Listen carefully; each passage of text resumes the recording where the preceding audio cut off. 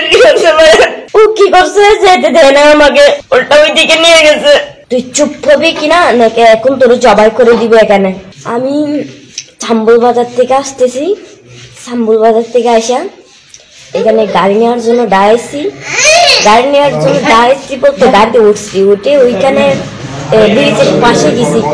তো এই গাড়িওয়ালা কি নষ্ট হয়ে গেছে বলে গেছে গা, ওর গাড়ি গেছে গা, আমি দাঁড়ে রাখছি, আমি আরেকটা গাড়ির জন্য অপেক্ষা করতেছি।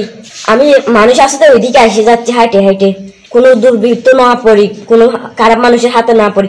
আমার মনে ওইটাই সন্দেহ হচ্ছে আমি একলা মানুষ, আমি এরকম বলে এদিকে এসে গেছি। ওই অবস্থায় একটা ছেলে আসছে আমার পিছনে দৌড়ায়, ও যখন দৌড়ায় আসতেছে আমিও আরো আমার মতো করে হাঁটে আসতেছি।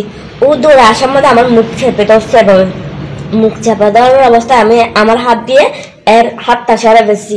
আমি বলছি যে কেউ আমাকে একটু সাহায্য করেন না, কেউ একটু বাঁচান আমাকে। এটা বলার পথে ওই একলা ছেলেটা আমার সাথে পারতেছে না, আবার দূরে আরেকটা ছেলে যাচ্ছে, ও ধরে আমাকে ওইখানে নিচে নামা ফেলছে, ওইদিকে প্যারেন্ট বনে নামা ফেলছে, নামা ফেলে ওইখানে অনেক জোর চোলাচুলি করছে।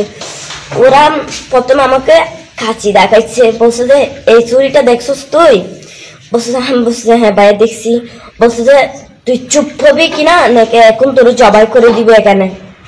আমি বলছি যে ভাইয়া আপনাদের ঘরে মা বোন আছে, আমাকে একটু ছেড়া দেন না ভাইয়া।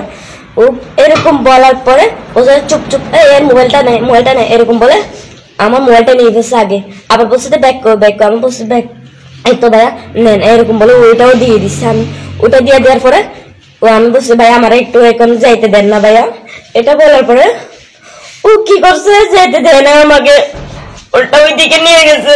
প্রথমে দুইজন ছিল, দুইজনে নিয়ে গেছে এদিকে নিয়ে যাওয়ার পরে একবার দুইজন হচ্ছে, দুইজন আসার পরে চারজন হয়েছে, এরা আবার চারজন আসছে, আর দুজন হয়েছে।